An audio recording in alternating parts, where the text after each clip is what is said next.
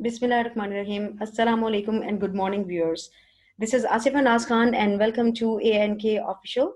As I already announced in the previous video that we are starting on this channel a series of uploading lectures on grammar, English grammar. So first we talked about present simple in the first video, and today we are uploading the slide on conditional sentences in English. So what the first question that can be asked is, what are conditional sentences? So conditional sentences are the compound sentences. Number one, the characteristic is that they are compound sentences. Compound means they're the combination of two clauses or more than two clauses. By the way, whenever we join more than two clauses or one clause, that becomes a compound sentence. There are different kinds of sentences. We have simple, we have complex, we have compound, complex, etc. So a compound sentence is a mixture of two sentences called two clauses. One of those clauses is called independent clause, while the other clause is called dependent clause. Similarly, a conditional sentence has a condition to fulfill. So when we say this, that a conditional sentence need a condition that is required to be fulfilled, the question rises, what is a condition? A condition is a mandatory element or action for the completion of another action. We need to keep in mind that by mandatory element or action, we mean that the next half, there are two halves of a sentence, two different clauses. The action that is mentioned in one half depends on the completion of action that is mentioned in the other half of the sentence, in the other clause. The condition can be about some fact or scientific truth that is true in all times. The condition can be about some actions possible occurrence in future, or the condition can be also about some actions occurrence in the past.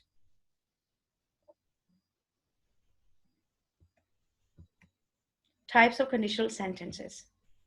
Conditional sentences are divided into four types: zero conditional sentences, first conditional sentences, second conditional sentences, and third conditional sentences. So today we are going to talk about the structure of zero conditional sentences. But before that, we already know, as I told in the start or very outside of this video, that a conditional sentence is a compound sentence, which means it consists of two clauses. The conditional part, or that part of the sentence which has the condition, the requirement to be fulfilled, to be done, so that the other action that is mentioned in the next half of the sentence can also be completed. This conditional part is called if clause or dependent clause, whereas the consequence part is called result clause or independent clause. As I said that in this video, we'll be talking about zero conditional sentences. So zero conditional sentence, first we need to understand the situation when we use a zero conditional sentence. So viewers, please, the thing that you need to keep in your mind is that a zero conditional sentence describes a general situation, a universal or scientific fact. As we already said that it is true in all times. With the passage of time, it doesn't change. So the structure of zero conditional sentence is if plus present simple. Why I wrote present simple? Because the previous video that I uploaded a few days ago, that was about present simple sentence, that is also called present indefinite sentence. So the structure is very simple. If plus present simple and a comma, and then again present simple. We have an example. If you heat water, it boils at 100 degrees centigrades. Now see, the first half that has the condition, if you heat water, if you just focus on this one, if you heat water, the sentence itself, okay, removing this it, if you remove this it, you heat water, may stand as an independent sentence because it's giving you the full information. But if you add if with the otherwise complete sentence, it becomes if you heat water. And this addition of if makes this sentence information incomplete, because after listening to such a sentence, there could be a question rising in your mind to ask, then what happens? If you heat water, then what happens?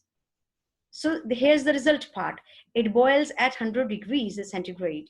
So this clause is called independent clause or result clause. And we have the names.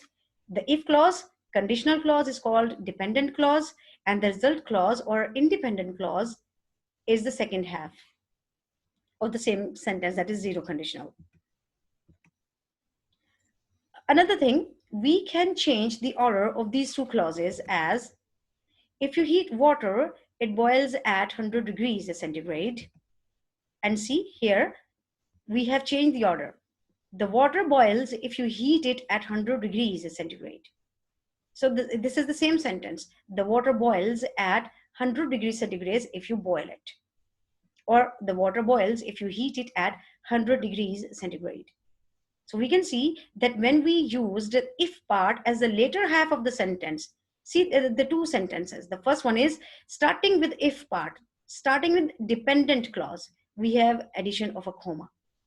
But when this dependent clause is the part of the sentence, the last part of the sentence, and the independent clause is at the start, we have removed any comma, and there's a full stop at the end of a sentence. This is missing from here, but there's a full stop at the end of the sentence. So this is what I said. We do not use any comma if the sentence ends with if clause, as we have already seen here. Another example is, if it rains, everything gets wet. And if you change the order, it becomes everything gets wet if it rains. And in the second way of writing the same sentence, see, there's no usage of any comma. All right. Something more about zero conditional or about conditional sentence. We can substitute if with when. How? Look at the example sentence. If it rains, everything gets wet can change into when it rains, everything gets wet.